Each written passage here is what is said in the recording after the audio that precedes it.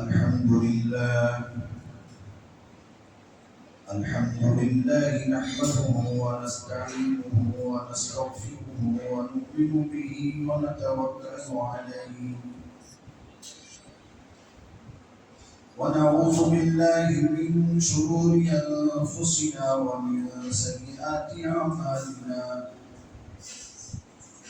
ونعوذ بالله من شرور أنفسنا ومن سيئات أعمالنا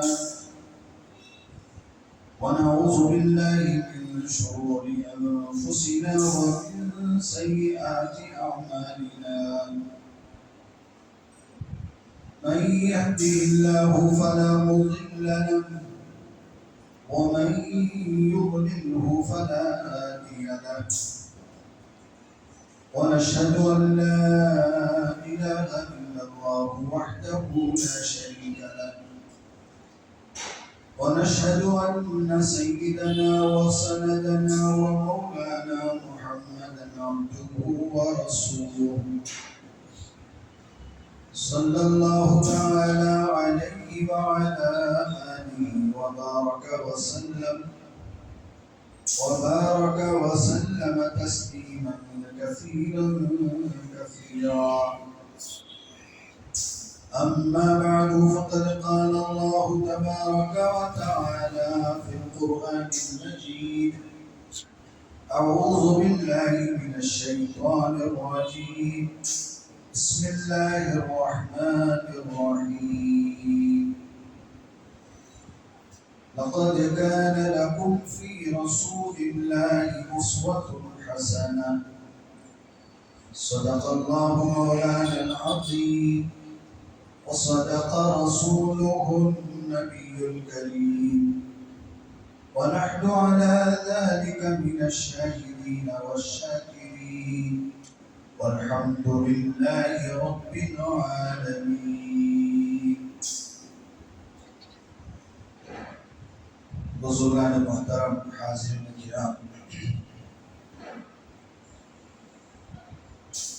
گزشتہ جمعہ جو باتیں ہمارے سامنے پیش کی ان کا مختصر خلاصہ یہ تھا کہ ہر مسلمان کو، ہر امتی کو اپنے نبی سے محبت اپنی جان سے زیادہ، اپنی خواہش سے زیادہ،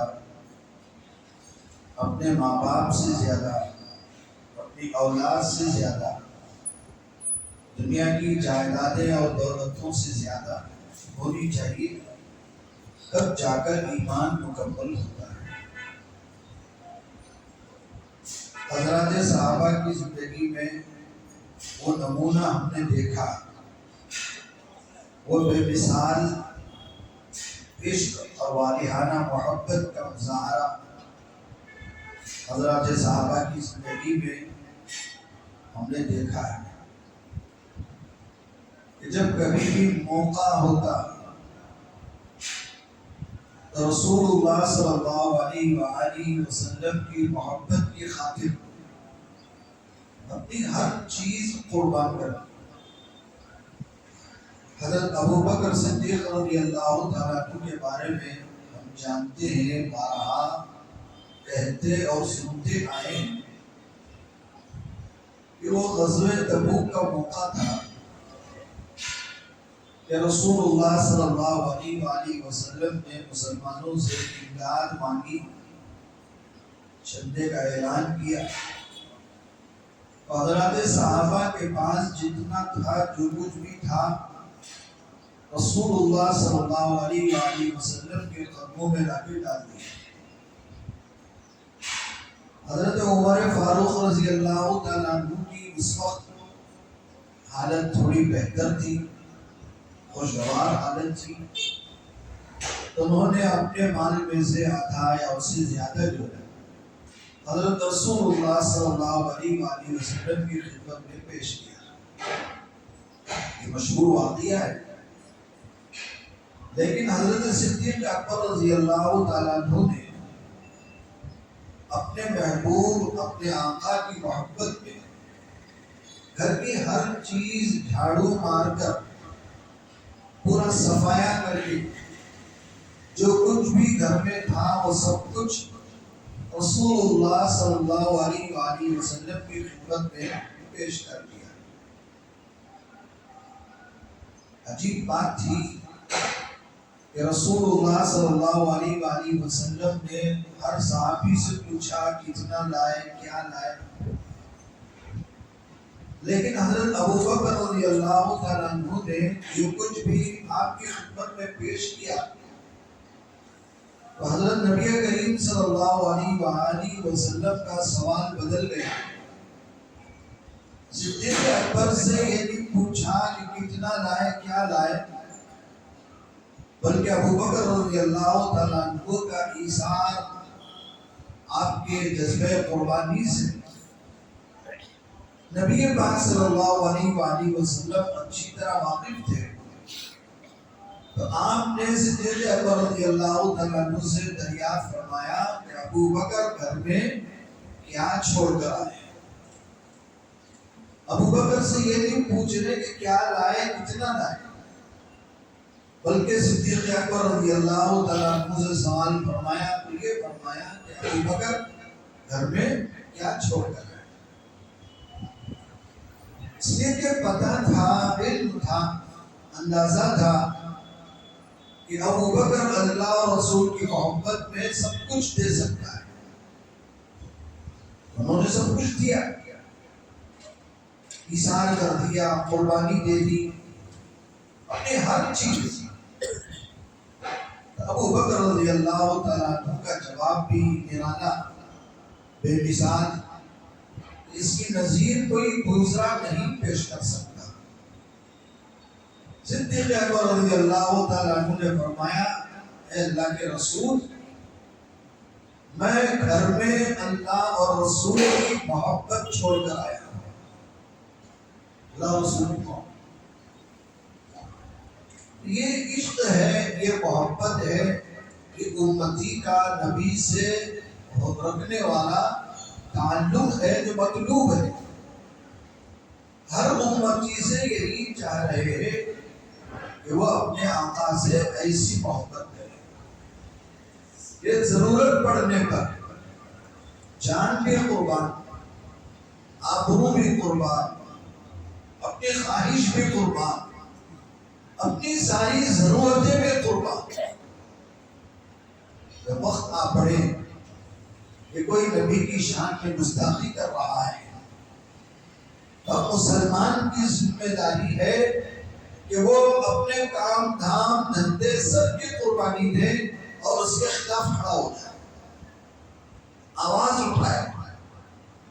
اب اس کا ایمان یہ نہیں ہے کہ وہ کمرے میں کسی کونے میں اللہ اللہ کرتے بیٹھ جائے، یا اپنے کاروبار میں لگ جائے، یا اپنے دھندے میں لگ جائے۔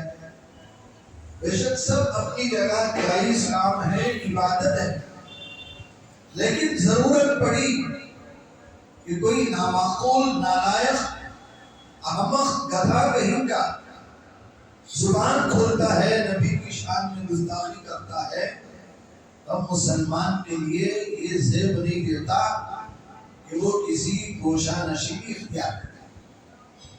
اب اس کی ذمہ داری ہے کہ وہ میدان میں آئے، سڑکوں پہ آئے، گلی کوچوں میں آئے اور اس کے خلاف آواز لگائے کہ جو کوئی بھی نبی کے شان میں گستاخی کرے یہ ہمیں برداشت نہیں۔ ہم ہر چیز برداشت کر سکتے ہیں، لیکن نبی کی شان میں کوئی گستاخی کرے یہ ہمیں برداشت نہیں۔ ایسی والہانہ محبت ہر امتی کو ہونی چاہیے۔ ضرورت پڑی کہ کوئی شریعت کے خلاف آواز لگا رہا ہے، شریعت کے خلاف قانون بنا رہا ہے، شریعت میں ترمیم کرنے کی کوشش کر رہا ہے، شرعی قانون کو بدلنے کی کوشش کر رہا ہے۔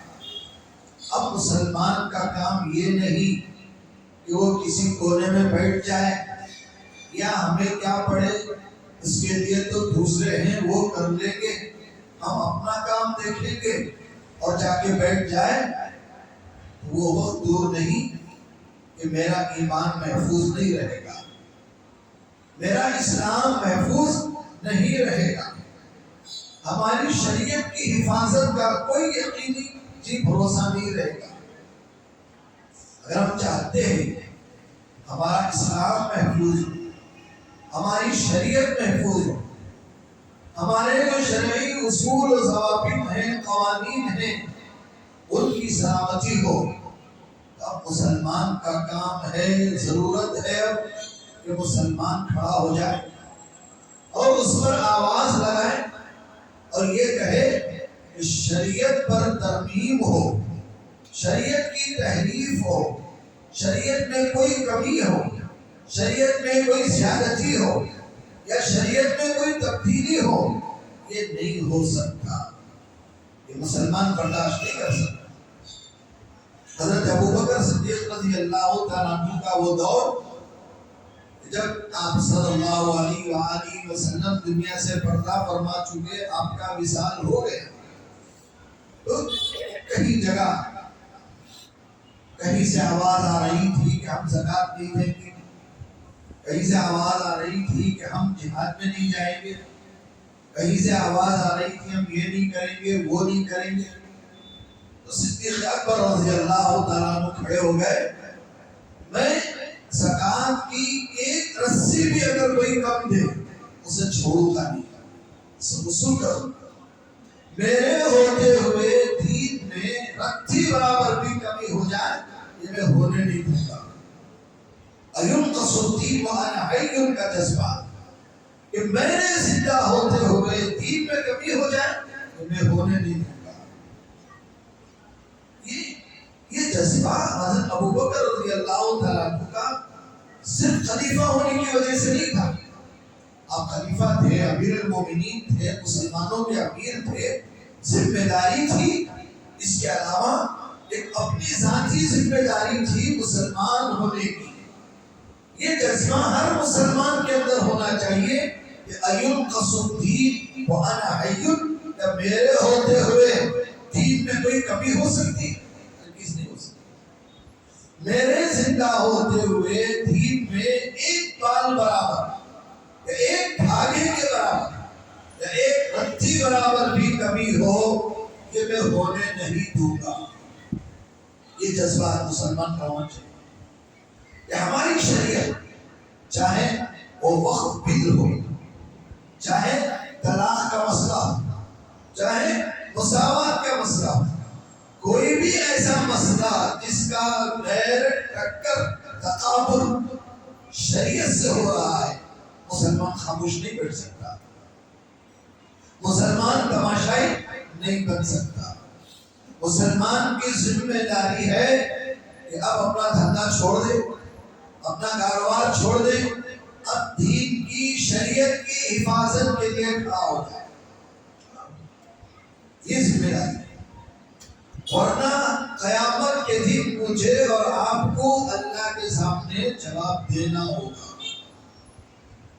کہ آپ کے ہوتے ہوئے ہم نے آپ کو ایمان دیا، ہم نے آپ کو اسلام دیا، ہم نے آپ کو مسلمان بنایا، ہم نے آپ کو مسلمانوں کے گھروں میں پیدا کیا، آپ مسلمانوں کی سوسائٹی میں رہتے تھے، آپ کے ہوتے ہوئے ایسے ایسے کام ہوئے، چاہے کسی ایک فرد کی طرف سے ہو، چاہے وہ کسی ایک جماعت کی طرف سے ہو، چاہے وہ کسی سرکار کی طرف سے ہو، چاہے حکومتی سطح پر ہو، آپ کیا کر رہے تھے اس وقت؟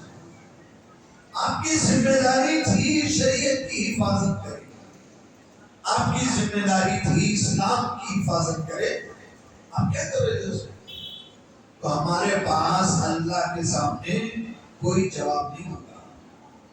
ارے دنیا میں بیوی ہمارے سے سوال کرتی ہے، دنیا میں اولاد ہم سے سوال کرتی ہے کہ اتنے سال آپ کیا کر رہے تھے، تو بیوی بچوں کے سامنے ہمارے پاس کوئی جواب نہیں رہتا، ہم خاموش ہو جاتے ہیں۔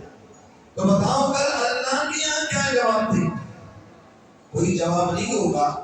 اللہ تبارک و تعالی جہنم میں ڈال دے گا کہ آپ کے ہوتے ہوئے دین میں کمی ہو رہی تھی، دین میں تحریف ہو رہی تھی، دین میں زیادتی ہو رہی تھی، دین کو بگاڑا جا رہا تھا، دین کے یعنی شریعت کے قانون کو بدل رہے تھے اور آپ اپنی دنیا میں مست تھے، کمانے میں لگے ہوئے تھے، جمانے میں لگے ہوئے تھے، بچانے میں لگے ہوئے تھے، گھومنے پھرنے میں لگے ہوئے تھے، تمہیں شریعت کی کوئی پرواہ نہیں تھی، شریعت کی کوئی فکر نہیں تھی۔ اب ہمارے پاس اللہ کے سامنے بولنے کے لیے کوئی جواب نہیں ہے۔ میرے بھائیوں، مسلمان ہونا، حضرت محمد رسول اللہ صلی اللہ علیہ وآلہ وسلم کا امتی ہونا ایک صرف شرف یا سعادت نہیں ہے، شرف کے ساتھ، سعادت کے ساتھ ایک ذمہ داری بھی ہے، ذمہ داری۔ جیسا باپ ہونا ایک شرف ہے، عصمت ہے کہ اللہ نے باپ کو وہ درجہ دیا، تو باپ کو وہ عصمت ملنے کے ساتھ ساتھ، باپ کو وہ درجہ ملنے کے ساتھ ساتھ باپ کی ذمہ داری بھی ہے کہ نہیں؟ ذمہ داری بھی ہے کہ باپ ہونے کی ذمہ داری بھی بات ہے۔ تو میں اور آپ مسلمان ہیں تو مسلمان ہونے کی ذمہ داری کی بات ہے۔ حضرت محمد رسول اللہ صلی اللہ علیہ وآلہ وسلم کے امتی ہیں تو امتی ہونے کی ذمہ داری کی بات ہے۔ ذمہ داری یہ اب نبی نہیں ہے اور کوئی نبی آنے والا نہیں ہے، اب کام کس کے ذمہ ہے؟ میرے اور آپ کے ذمہ ہے، میرے اور آپ کہ اب کوئی نبی نہیں آئے گا۔ انا خاتم النبی، آپ نے فرما دیا میں آخری نبی، میرے بعد کوئی نبی، کوئی پیغمبر نہیں ہے۔ ولا امت بعدکم، اور تمہارے بعد بھی کوئی دوسری امت نہیں ہے، تم بھی آخری امت۔ یہ اشارہ ہے کہ جو کام شریعت کا، دین کا، اسلام کا میرے ذمہ ہے، میرے بعد تمہارے ذمہ ہے۔ آپ صلی اللہ علیہ وآلہ وسلم نے صحابہ سے پوچھا جتنا اللہ نے دین، شریعت، اسلام مجھے دیا ہے میں نے تمہیں دے دیا، تمہارے تک پہنچا دیا، شریعت کی کوئی ایک بات میں نے نہیں چھپائی، ہر بات اللہ نے جو حکم، جو فرائض، جو اصول، جو قوانین شریعت کے، اسلام کے، دین کے بتائے میں نے تمہارے تک پہنچا۔ البلغت یہ صحابہ سے پوچھا آپ نے حجۃ الوداع کے موقع پر، تو صحابہ نے پوچھا، ہاں، صحابہ نے فرمایا ہاں یا رسول اللہ، آپ نے پہنچا دیا، دین کی ہر بات آپ نے ہمارے تک پہنچا، کوئی بات آپ نے نہیں چھوڑی، ہر بات ہمارے تک آپ نے پہنچائی، بلکہ آپ نے اس کا حق بھی ادا کیا۔ ادیت الامانہ، آپ نے اللہ کی جو امانت ہے وہ ہمارے تک پہنچا۔ بلغت الرسالہ، اللہ کا جو بھی پیغام تھا آپ نے ہمارے تک پہنچا دیا، کوئی بات آپ نے نہیں چھپائی۔ تو آپ نے اس وقت دو باتیں ارشاد کی، جب صحابہ نے اقرار کر لیا، اعتراف کر لیا، تسلیم کر لیا کہ یا رسول اللہ صلی اللہ علیہ وآلہ وسلم، آپ نے اللہ کا یہ دین ہمارے تک پہنچا دیا ہے، ہمارے تک پیش کر دیا ہے، آپ نے دو بات کی۔ ایک بات آپ نے اللہ کو گواہ دیا، اللہم اشہد، اللہم اشہد، اللہم اشہد، اے اللہ تو گواہ رہنا میں نے ان تک تیرا پیغام، تیرا دین، جو امانت میں نے پہنچا۔ پھر اس کے بعد آپ نے دوسری بات ارشاد فرمائی، فَلْيُبَلِّغِ الشَّاهِدُ الْغَائِبَ، فَلْيُبَلِّغِ الشَّاهِدُ الْغَائِبَ۔ کیا فرمایا آپ نے؟ فرمایا آج جتنے یہاں موجود ہیں جو کہہ رہے ہیں کہ میں نے تمہارے تک دین پہنچا دیا، امانت تم کو دے دی ہے، اب جتنے یہاں موجود ہیں تمہیں ایک کام دیتا ہوں۔ کیا کام دیتا ہوں؟ فرمایا میں نے جو دین تمہارے تک پہنچایا، جو شریعت تمہارے تک پہنچائی، جو اسلام تمہارے تک پہنچایا، اب تمہارا کام ہے کہ جو غائب ہیں اس وقت یہاں موجود نہیں ہیں ان تک پہنچاؤ. حضرت صحابہ نکل گئے دنیا کے کونے کونے میں چپے چپے میں نکل گئے اور جا کے نبی کا یہ پیغام پہنچایا, اسلام کو پھیلایا, دین کو پہنچایا, شریعت بتائی, دنیا کے کونے کونے میں چلے گئے. حضرات صحابہ نے جس طرح نبی سے دین کو سیکھا دیا, شریعت کو لیا, وہ ہمارے تک پہنچا. اگر صحابہ ہم سے پوچھے کہ بھائی ہم نے تمہارے تک نبی کا دین پہنچایا کہ نہیں پہنچایا, تو ماننا پڑے گا ہاں آپ نے پہنچا, آپ نے پہنچا. اس لیے کہ جو دین جو شریعت اللہ اس وقت نازل کر رہے تھے, اس دین پر اس شریعت پر چلنے والے یہی صحابہ تھے, یہی صحابہ. آپ ایک چیز ایک پروجیکٹ پیش کرتے ہیں, اس پروجیکٹ کو پیش کرنا ہے, لوگوں کو بتانا ہے کہ اس کا ماڈل کیا ہوگا, اس پروجیکٹ کا ڈیزائن کیسا ہوگا, اس پروجیکٹ کا کیا کیا عملی کارکردگی ہوگی. اس کے لیے آپ کیا کرتے ہیں, ایک ڈیمو بناتے ہیں, ایک کلپ ویڈیو بناتے ہیں اور اس میں بتاتے ہیں کہ دیکھو یہ چیز ہے, یہ ماڈل ہے, یہ ڈیزائن ہے, یہ پروگرام ہے, یہ فنکشن ہے, یہ چیز آپ بتاتے ہیں تو سامنے والے کو وہ ماڈل سمجھ میں آتا ہے, وہ پروجیکٹ سمجھ میں آتا ہے, پھر اس کی اہمیت سمجھ میں آتی ہے. تو رسول اللہ صلی اللہ علیہ وآلہ وسلم نے اللہ کا پیغام ایک ہمارے تک پہنچایا, ایک امانت پہنچائی, وہ ایمان کی, وہ اسلام کی, وہ شریعت کی, وہ دین کی. اس شریعت کا, اس دین کا, اس اسلام کا, اس ایمان کا ماڈل کون ہے؟ حضرات صحابہ. صحابہ کو دیکھو بھئی, آپ ایمان سمجھنا چاہتے ہیں تو صحابہ کے ایمان کو دیکھو. اللہ نے یہی فرمایا آمینو کما آمن الناس, لوگوں تم ایمان لاؤ جیسے صحابہ ایمان لاؤ. اب تمہیں ایمان کو سمجھنا ہے تو صحابہ کے ایمان کو دیکھنا ہو کہ صحابہ کا ایمان کیسا ہے. بھئی آپ نبی سے محبت کرنا چاہتے ہیں نا, تو یہ صحابہ کی محبت دیکھو. آپ نبی کے لیے, اسلام کے لیے, شریعت کے لیے قربانی دینا چاہتے ہیں تو صحابہ کے ایثار کو دیکھو, صحابہ کی زندگی کو دیکھو. آپ کو سمجھ میں آئے گا اس نبی سے محبت کیسے کی جاتی ہے.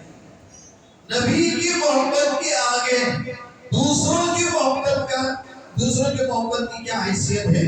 اب صحابہ سے میں نے پچھلے جمعہ کہا تھا, حضرت ابوبکر صدیق رضی اللہ تعالیٰ عنہ جب وہ غزوہ ہوا تھا, پہلا غزوہ, اس غزوے میں سامنے مقابل ہیں آپ کے بیٹے عبد الرحمن, ادھر ہے باپ ابو بکر, دونوں کا مقابلہ ہوا.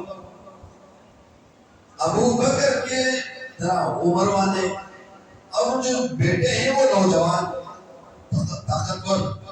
ہوا کیا, بیٹا غالب آ گیا اور باپ بیٹے کے گھیرے میں آ گئے. اب عبد الرحمن ابھی ایک آن میں, ایک سیکنڈ میں باپ کا سر الگ کر سکتے ہیں, اتنے گھیرے میں آ گئے. مقابلہ ہوا, ابوبکر مسلمان ہے, عبد الرحمن مسلمان نہیں ہے. لیکن جیسی باپ پر نظر پڑی, بیٹے کا دل پگھل گیا, میرے ہاتھوں سے باپ کو قتل کرو, یہ نہیں ہوتے, آپ نے چھوڑ دیا. پھر عرصہ ہوا, زمانہ گزرا, عبد الرحمن بھی مسلمان ہو گئے. عبد الرحمن اور باپ بیٹے آپس میں بات کر رہے ہیں تو عبد الرحمن جو بیٹے ہیں وہ یاد دلا رہے ہیں, ابا جان وہ دن یاد کیجئے جس دن آپ میرے گھیرے میں تھے, اسی وقت آپ کا سر الگ کر سکتا تھا, آپ کو قتل کر سکتا تھا, لیکن باپ کی محبت غالب آ گئی, میں نہ پوچھوں. ابوبکر صدیق رضی اللہ تعالیٰ عنہ نے اس وقت یہی فرمایا تھا کہ بیٹے عبد الرحمن, اگر اس دن معاملہ الٹا ہوتا, یعنی میں تمہارے گھیرے میں ہونے کے بجائے تم میرے گھیرے میں ہوتے تو اسی وقت میں قتل کر دیتا. نبی کی محبت کے آگے، شریعت کی محبت کے آگے باپ بیٹے کی محبت کوئی حیثیت نہیں رکھتی. اسی میں قتل کر دیتا تمہارا. میں محبت، نبی کی محبت کے مقابلے میں تمہاری محبت کو ترجیح نہیں دیتا. یہ شریعت. کئی مواقع حضرات صحابہ کے سامنے ایسے پیش آئے کہ نبی کی محبت ہے یا اپنی محبت ہے، نبی کی محبت ہے یا ماں باپ کی محبت ہے، نبی کی محبت ہے یا اپنی چاہت ہے. اس کو ترجیح، اس کو. ایسے مواقع ہماری زندگی میں ہزار بار آتے ہیں. ٹکراؤ ہوتا ہے. ہم اس وقت سمجھ نہیں پاتے کہ کس کی محبت کو ترجیح دو. کس کی محبت؟ حضرت زینب بنت جہش حضرت رسول اللہ صلی اللہ علیہ وسلم کے پھوپھی زاد بہن تھے. پھوپھی زاد. رسول اللہ صلی اللہ علیہ وسلم نے حضرت زید بن حارثہ کو اپنا بیٹا بنا لیا تھا. پہلے غلام تھے، بعد میں آپ نے ان کو بیٹا بنا لیا. اب پورے اس میں مدینے میں زید ابن محمد کہے جاتے ہیں. یہ محمد کے بیٹے زید ہیں. ان کے اصل جو والد حارثہ ہیں ان کو کوئی نہیں جانتا. پورے مدینے میں حضرت زید کو زید ابن محمد کہتے ہیں. لیکن جو حضرت زید تھے وہ رسول اللہ صلی اللہ علیہ وسلم کے منہ بولے بیٹے تھے. اڈاپٹ کیا ہوا تھا آپ نے ان کو بیٹا متبنہ کر لیا تھا، بنا لیا تھا. تو آپ نے یہ رشتہ بھیجا اپنے پھوپھی زاد بہن کو، زینب بنت جہش کو، کہ میں تمہارا نکاح زید سے کرنا چاہتا ہوں. چونکہ حضرت زید خاندانی اعتبار سے شادی کا جو معاملہ ہوتا ہے لوگ یہ سب دیکھتے ہیں کہ لڑکے کا اسٹیٹس کیا ہے، گھرانے کا اسٹیٹس کیا ہے، خاندان کا اسٹیٹس کیا ہے، سب دیکھتے ہیں. یہ پرانی روایت ہے. تو بظاہر حضرت زید کا کوئی خاندان نہیں، ماں باپ کا نام پتہ نہیں، اور کوئی مالی حیثیت، نہ خاص گھر ہے، نہ لینڈ ہے، نہ پراپرٹی ہے، نہ جائیداد کچھ نہیں. ایک ہی بات ہے کہ آپ حضرت محمد رسول اللہ صلی اللہ علیہ وسلم کے منہ بولے بیٹے. اور پہلے سے حضرت زید پر غلامی کا پھپا لگا ہوا ہے. آپ غلام تھے، بعد میں محمد رسول اللہ صلی اللہ علیہ وسلم نے اپنا بیٹا بنا لیا. چونکہ غلامی کا پھپا لگا ہوا تھا تو حضرت زینب بنت جہش اس نکاح کے لیے تیار نہیں ہوئی. ان کے جو بھائی عبداللہ بن جہش تھے وہ بھی تیار نہیں ہوئے. اب انکار کرنا چاہتے تھے، لیکن اللہ رسول جب کوئی بات طے کر دے، مسلمان کی ذمہ داری ہے کہ اس کو قبول کرے. انکار کرنے کا کوئی آپشن نہیں. گنجائش اللہ نے قرآن مجید میں ارشاد فرمایا کہ مومنین کے لیے، مسلمانوں کے لیے اب کوئی اختیار نہیں رہتا اس معاملے میں جب اللہ رسول فیصلہ کرتے. اللہ رسول کے فیصلہ کرنے کے بعد میرے پاس کوئی آپشن ہی نہیں ہے کہ چاہو تو اس کو مانو، نہیں چاہو تو چھوڑ دو. میرے پاس آپشن نہیں، ماننا ہی پڑے گا. جب طے کر دیے تو شادی ہو گئی، نکاح ہو گیا، سب ہو گیا. اب اس واقعے سے یہی بتانا ہے کہ حضرت زینب بنت جہش، حضرت عبداللہ ابن جہش اور ان کے جو بھی گھر والے، خاندان والے، نبی کی محبت کے آگے اپنی خواہش، اپنی چاہت، اپنی پسند کو کیا کر دیا؟ قربان کر دیا. قربان کر دیا. اور اللہ کے نبی، اللہ کے حکم کے آگے، نبی کے حکم کے آگے اپنا سر جھکا دیا. تو نکاح ہو گیا. لیکن بعد میں جو ہونا تھا وہ سب ہوا، دونوں میں نکاح نہیں ہو سکا تو حضرت زید نے زینب کو طلاق دے دی. پھر اس کے بعد اللہ تبارک و تعالیٰ کے حکم سے نبی پاک صلی اللہ علیہ وسلم نے حضرت زینب سے نکاح کیا اپنی پھوپھی زاد بہن سے. اور اللہ نے آسمان اور کا نکاح پڑھایا زینب بنت جہش کے ساتھ. تو یہ واقعہ پورا بتا رہا ہے. خود زینب رضی اللہ تعالیٰ عنہ فرماتی ہے کہ جب میں نے نبی کی خواہش کے آگے، نبی کی پسند کے آگے، نبی کے حکم کے آگے اپنی خواہش کی قربانی تھی، اپنی پسند کی قربانی تھی، تو اللہ تبارک و تعالیٰ نے اس کے بدلے میں ایسی دولت عطا فرمائی کہ دنیا کی پوری دولت مل کر بھی اس دولت کا مقابلہ نہیں کر سکتی۔ کہ رسول اللہ صلی اللہ علیہ وآلہ وسلم نے خود حضرت زینب سے نکاح فرمایا، اس سے بہترین شوہر کس کو نصیب ہو سکتا ہے؟ اور دوسری بات کیا ہے، خود زینب رضی اللہ تعالیٰ عنہا فرماتی ہے کہ دوسری بیویوں سے، سوگنوں سے، کہ تمہارا نکاح تمہارے باپ داداؤں نے پڑھایا، میرا نکاح اللہ نے خود پڑھایا۔ یہ میری فضیلت ہے، میرا نکاح اللہ نے آسمانوں میں پڑھایا۔ تو حضرت زینب بنت جہش کو اتنا بڑا رتبہ، اتنا بڑا شرف، اتنی بڑی سعادت کب ملی؟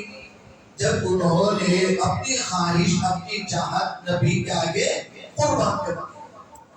تو یہ ہمارے ساتھ بھی یہی سنت ہے، یہی طریقہ ہے کہ تم اللہ اور رسول کے حکم کے آگے اپنی خواہش کی قربانی دو، اپنی ضرورتوں کی قربانی دو، اپنے کام دھندوں کی قربانی دو۔ اللہ وہ عطا کریں گے، تم زندگی بھر محنت کر کے وہ نہیں حاصل کر سکتے، اللہ وہ چیز تمہیں عطا کرے گا۔ اللہ کا خزانہ ہے، اللہ کی دین ہے، اللہ کی عطا ہے۔ جب دیتے ہیں تو چھپر پھاڑ کے دیتے ہیں، ہم سوچ بھی نہیں سکتے کہ کہاں سے آئے۔ ہمارا ایک مینٹالٹی ہے، ہماری ایک سوچ ہے کہ ہم اتنا ہی سمجھ سکتے ہیں کہ میں پیسے کماؤں تو کہاں سے کماؤں، نوکری کروں گا، دھندا کروں گا، کاروبار کروں گا، مزدوری کروں گا، یہیں سے آئے گا۔ یہ راستے مجھے معلوم، اتنے ہی راستے مجھے معلوم، تمہیں کہاں سے دینا ہے، کتنا دینا ہے، کب کب دینا ہے اور کیسے دینا ہے، ایسے ہزار راستے اللہ کو معلوم ہے، مجھے نہیں معلوم، اور وہ دے گا۔ اللہ نے فرمایا جو اللہ کے لیے حرام سے باز آ جاتا ہے، سود سے باز آ گیا، حرام کمائی سے باز آ گیا اور چھوڑ دیا حرام کمائی اور اللہ سے ڈر گیا، تو اللہ خود فرماتے ہیں وَيَرْزُقُهُ مِنْ حَيْثُ لَا يَحْتَسِبُ، اللہ تعالیٰ ایسی جگہ سے اسے روزی دیں گے کہ وہ سوچ بھی نہیں سکتا کہ اللہ نے کہاں سے دیا۔ کیوں؟ ہماری سوچ محدود ہے، ہمارا علم لمیٹڈ ہے، اللہ کا علم انلمیٹڈ ہے، اسے بہت راستے معلوم ہے کہاں سے دینا ہے۔ ہم کیا کرتے ہیں، حلال دو تین راستے جو ہمیں معلوم ہے وہاں تلاش کرنا، وہاں نہیں ملا تو حرام راستوں میں تلاش کرنا، وہاں مل گیا تو لے لیتے، مجبوری بتاتی کیا کروں حضرت، حلال راستے تلاش کرے اب نہیں ملے، مجبوراً مجھے بینک کو جانا پڑا، مجبوراً مجھے سودی کاروبار میں جانا پڑا، مجبوراً مجھے سود لینا پڑا، یہ سب مجبوری ہم بتاتے ہیں۔ اللہ کے دینے کے لیے اللہ کو کوئی مجبوری نہیں ہے، وہ کہاں سے دے گا، کتنا دے گا، اس کو معلوم۔ میرا کام کیا ہے؟ میرا کام ہے کہ میں اللہ اور رسول کے خاطر قربانی پیش کروں، ذرا خواہشات کی قربانی دے دوں، ذرا اپنی ضرورتوں کی قربانی دے دوں، اور ہمت کرو، حوصلہ بڑھاؤ دین پر چلنے کا، شریعت پر چلنے کا، کوشش کرو 100% شریعت پر چلنے کا۔ اگر ہم نے شریعت پر چلنا چھوڑ دیا تو کسی غیر پر انگلی اٹھانے کا کوئی مطلب نہیں ہے کہ وہ شریعت بدل رہا ہے، وہ شریعت میں دخل اندازی کر رہا ہے یا شریعت کی تحریف کر رہا ہے۔ سب سے زیادہ شریعت کو ختم کرنے والے ہم مسلمان ہیں، ہم شریعت پر نہیں چلنا چاہ رہے، شریعت قوانین ہمیں پتہ ہی نہیں، اور جس کو پتہ ہے وہ چلتا ہی نہیں۔ ایک سب سے بڑی بیماری یہ ہے، جتنا قوانین کا جاننے والا ہوتا ہے وہ اتنا قوانین سے آزاد ہونا چاہتا ہے۔ مجھے سب معلوم، شریعت سے آزاد ہونا چاہتا ہے۔ میرے بھائیوں، شریعت اس لیے نازل نہیں ہوئی کہ ہم شریعت سے آزاد ہو جائیں، بلکہ شریعت اس لیے نازل ہوئی تاکہ ہم اپنے اسلام کے ساتھ محفوظ رہیں، سلامتی کے ساتھ رہیں، ہماری نماز محفوظ ہو، ہماری مسجدیں محفوظ ہو، ہمارے مدرسے محفوظ ہو، ہماری خانقاہیں محفوظ ہو، ہماری شرعی درسگاہیں محفوظ ہو، ہمارے جو دارالقضا ہے وہ محفوظ ہے، ہمارے جو قبرستان ہے وہ محفوظ ہے، ہمارے دیگر جو درگاہیں ہیں وہ محفوظ ہیں۔ جس جس کا تعلق مسلمانوں سے جڑا ہوا ہے اس کی حفاظت شریعت سے ہوگی۔ شریعت محفوظ ہے تو سب محفوظ ہے۔ شریعت اگر غیر محفوظ ہے میرے بھائیوں، زمینوں کا کوئی گارنٹی نہیں، درگاہوں کا کوئی بھروسہ نہیں، مدرسوں کا کوئی بھروسہ نہیں۔ اس لیے مسلمان کی آج کی اس وقت کی ضرورت ہے کہ مسلمان شریعت کی حفاظت کرے، مسلمان شریعت پر چلنا شروع کرے، اور شریعت کے خلاف کوئی آواز اٹھائے اور اس کے خلاف کھڑے ہو کہیں میں جو روٹی بھوکا رہ جاؤں گا کھائے بغیر، پیے بغیر رہ جاؤں گا، سوکھا موکا رہ جاؤں گا، کھانے کے رہ جائیں گے، درخت کے نیچے رہ جائیں گے، کوئی بات نہیں، لیکن شریعت پر اگر کوئی انگلی اٹھائے، شریعت پر کوئی بات کرے بدلنے کی، تحریف کرنے کی یا کمی زیادتی کرنے کی، مسلمان چپ نہیں بیٹھے گا، مسلمان تماشا نہیں دیکھے گا۔ مسلمان کی اب ذمہ داری ہے کہ کھڑا ہو اور آواز اٹھائے اس کے خلاف اور کہے تم جو چاہے کر لو لیکن ہماری شریعت کو چھوڑ دو، ہماری شریعت پر آنچ آنے ہم نہیں دیں گے۔ یہ ہم سب کی ذمہ داری۔ سوال یہی ہے کہ اب تک 10-15 سال سے جو بھی ہو رہا ہے، شریعت پر حملے ہو رہے ہیں، شرعی قوانین کو بدلا گیا ہے، کئی قوانین بدل گئے، اور اب ہمارے سامنے تازہ ترین بل وقف ترمیمی بل 2024 سنسد میں پڑا ہوا ہے اور وہ پاس بھی ہو گیا ہے، اب عمل میں آنے کے قریب ہے۔ تو پہلے سے لے کر آج تک شریعت میں جتنی بھی تبدیلی ہوئی، تحریف ہوئے، دخل اندازی ہوئی، اس وقت سے لے کر آج تک اپنے ذات سے سوال کرو، خود سے سوال کرو، میرے ہوتے ہوئے دین میں کمی ہو رہی ہے، میرے ہوتے ہوئے دین میں زیادتی ہو رہی ہے، میرے ہوتے ہوئے دین میں تبدیلی ہو رہی ہے اور میں زندہ ہوں، میں نے کیا کیا؟ ابو بکر کا وہ ایمانی جذبہ پیدا کرو، اَيُنْقَصُ الدِّينُ وَأَنَا حَيٌّ، میں زندہ ہوں اور میرے ہوتے ہوئے دین میں کمی ہو جائے، یہ نہیں ہو سکتا۔ ابو بکر مٹ سکتا ہے، ابو بکر مر سکتا ہے، لیکن دین میں کمی آنے نہیں دے سکتا، دین میں زیادتی آنے نہیں دے سکتا، دین میں تحریف برداشت نہیں کر سکتا۔ وہ ابو بکر کا ایمانی جذبہ آج کا ہر امتی اپنے اندر پیدا کرے اور کہے اَيُنْقَصُ الدِّينُ وَأَنَا حَيٌّ، میں زندہ ہوتے ہوئے شریعت میں تبدیلی ہو، وقف کی ترمیم میں ہو، وقف کی بل میں ترمیم آ جائے، یہ ہو نہیں سکتا، یہ مسلمان ہونے نہیں دے گا۔ یہ جذبہ پیدا کرے، اس کے لیے کھڑے ہو جائیں، اس کے لیے آواز اٹھائیں اور سب متحد ہو جائیں، بھول جائیں اب آئندہ کے لیے کہ یہ دیوبندی ہے، وہ بریلوی ہے، وہ اہل حدیث ہے، وہ اسلامی ہے، وہ شیعہ ہے، وہ سنی ہے، وہ سب بھول جائیں، سب جمع ہو جائیں کہ ہم سب مسلمان ہیں، ہم سب اللہ کے کلمہ لا الہ الا اللہ محمد رسول اللہ پڑھنے والے ہیں، ہمارے سر میں ٹوپی ہے، چہرے میں داڑھی ہے، ہم سب سنت پہ چلنے والے ہیں، ہم سب اسلام کے علمبردار ہیں۔ بھول جاؤ وہ تفریقیں، وہ دیواریں ہٹا دو، یہ وہ فلاں فرقے کا، وہ فلاں جماعت کا، بھول جاؤ، اب وہ کھیل کھیلنے کا وقت نہیں ہے، امت کو بانٹنے کا وقت نہیں ہے۔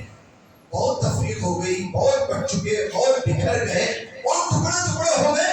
مسلمان جتنا ٹکڑا ہوتا جائے گا اتنا کمزور ہوتا جائے گا، مسلمان جتنا جمع ہوتا جائے گا، متحد ہوتا جائے گا، ایک ہوتا جائے گا، اتنا طاقتور ہوتا جائے گا۔ تو اب مسلمان کو طاقت کی ضرورت ہے، تو مسلمان کی طاقت ہے ایک اتحاد، ایک ہو جائیں، متحد ہو جائیں اور سب اسلام کی بنیاد پر کھڑا ہو جائیں۔ اس کے لیے آج یہ ضرورت ہے کہ ہم سب ایک ہو جائیں، سر جوڑ کے بیٹھیں، فکر کریں۔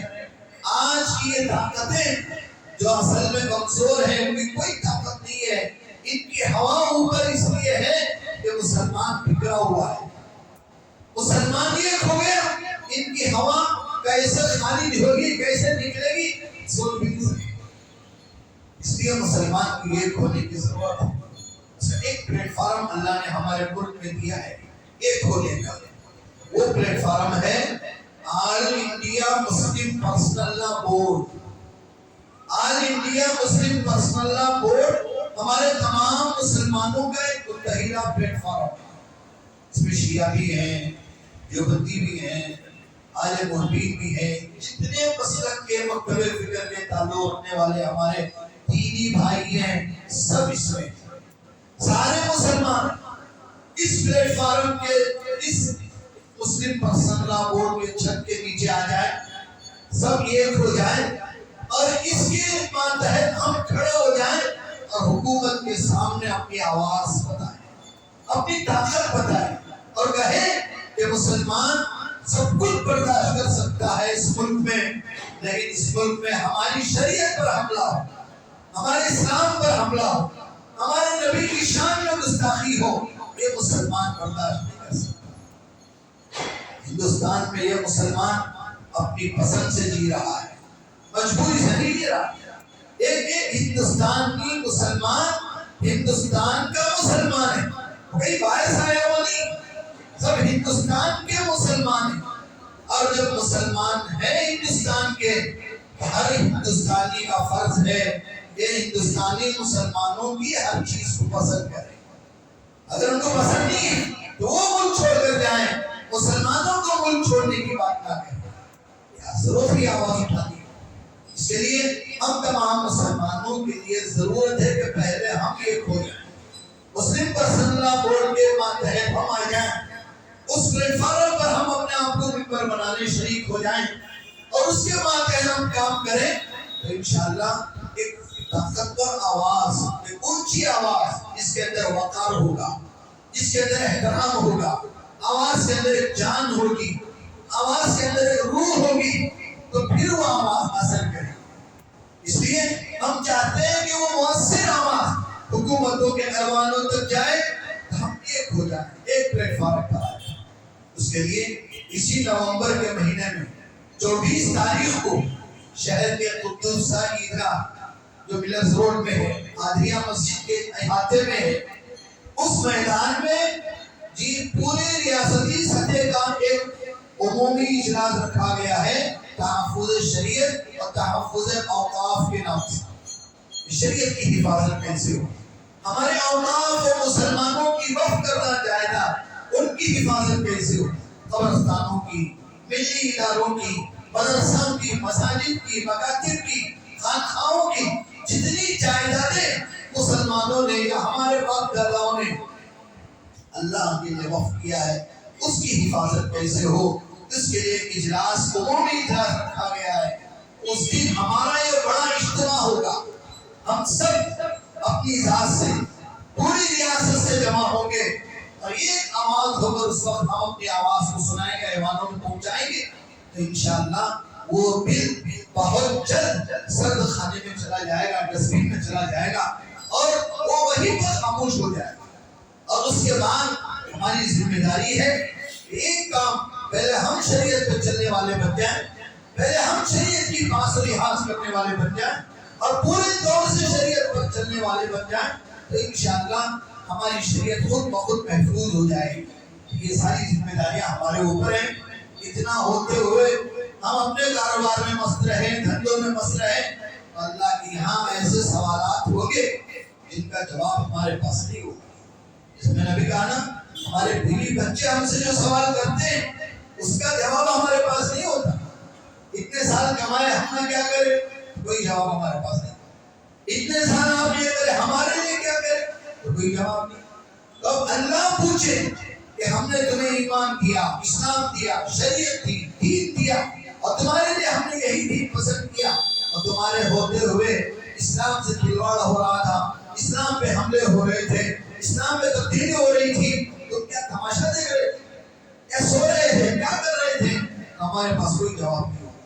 لہٰذا آپ حضرات سے گزارش ہے، جاگ جائیں، بیدار ہو جائیں، سب متحد ہو جائیں، سب اپنے بھائیوں کو تیار کریں اس اجلاس کے لیے، تو انشاءاللہ وہ اجلاس کامیاب ہوگا اور ہمارے پورے ریاست کرناٹک سے اور بنگلور شہر سے ماشاءاللہ ہمارے خاص کر بنگلور شہر کے مسلمانوں کا جو ایمانی جذبہ ہے وہ پوری دنیا والوں کے لیے مثالی ہے، نمونہ۔ ہر چیز میں ہمارے مسلمان آگے رہتے ہیں، مسلمان پیش رہتے ہیں، اور جب یہ ایک ہو جاتے ہیں تو ہماری یہ ریاستی حکومتیں ہوں، چاہے ہمارے ہندوستان سطح کی ملک کی سطح کی حکومتیں ہوں، گھٹنا ٹیکنے پر مجبور ہو جاتے ہیں۔ یہ طاقت ہے مسلمانوں کی۔ ہم سے آپ سے گزارش ہے کہ اس عنوان پر سب ایک ہو جائیں اور سب کو متحد کریں اور اس اجلاس کو کامیاب کریں، تاکہ اس پلیٹ فارم سے ہماری آواز ایوانوں تک جائے، حکومت تک جائے، اور وہ بل وہیں پر خاموش ہو جائے، وہیں پر ختم ہو جائے۔ اللہ تعالیٰ سے دعا ہے کہ اللہ پاک ہم تمام مسلمانوں کو سب سے پہلے پورے شریعت پر چلنے کی توفیق عطا فرمائے، اور شریعت کی حفاظت کے لیے تمام مسلمانوں کو آگے آنے کی توفیق عطا فرمائے۔ غفلت اور لاپرواہی، سستی، کاہلی سے تمام مسلمانوں کی حفاظت فرمائے۔ آخر میں حضرات نمازوں کے بعد جاتے ہوئے مسجد کے لیے زیادہ سے زیادہ تعاون کرتے ہوئے جائیں، چندہ دیتے ہوئے جائیں۔ ذرا چندے کا اعلان ٹھنڈا ہوا تھا، ہمارا چندہ بھی ٹھنڈا ہو جائے، ہر جمعہ ذرا زور دے کو بولنا پڑتا ہے، اس لیے آپ اللہ کے لیے دے رہے ہیں، میری آواز سے کچھ نہیں ہے، آپ دے رہے ہیں تو اللہ کے لیے زیادہ سے زیادہ دو۔ ہم چاہتے ہیں کہ ہمیں زیادہ سے زیادہ ملے، لیکن یہ نہیں چاہتے کہ زیادہ سے زیادہ دیں۔ پہلے اللہ کا قانون ہے کہ میری طرف سے زیادہ جھولی میں پڑے تو اللہ کے خزانوں سے ہمیں زیادہ ملتا ہے۔ یہی سنت ہمیشہ چل رہی ہے۔ آپ حضرات سے گزارش ہے جاتے ہوئے اللہ کے گھر کے لیے زیادہ سے زیادہ دیتے ہوئے جائیں۔ اللہ سے دعا ہے کہ اللہ پاک ہم سب کی کمائیوں میں خوب برکت عطا فرمائے، جو بھی پریشانیاں اللہ انہیں دور فرمائے۔ وآخر دعوانا الحمدللہ۔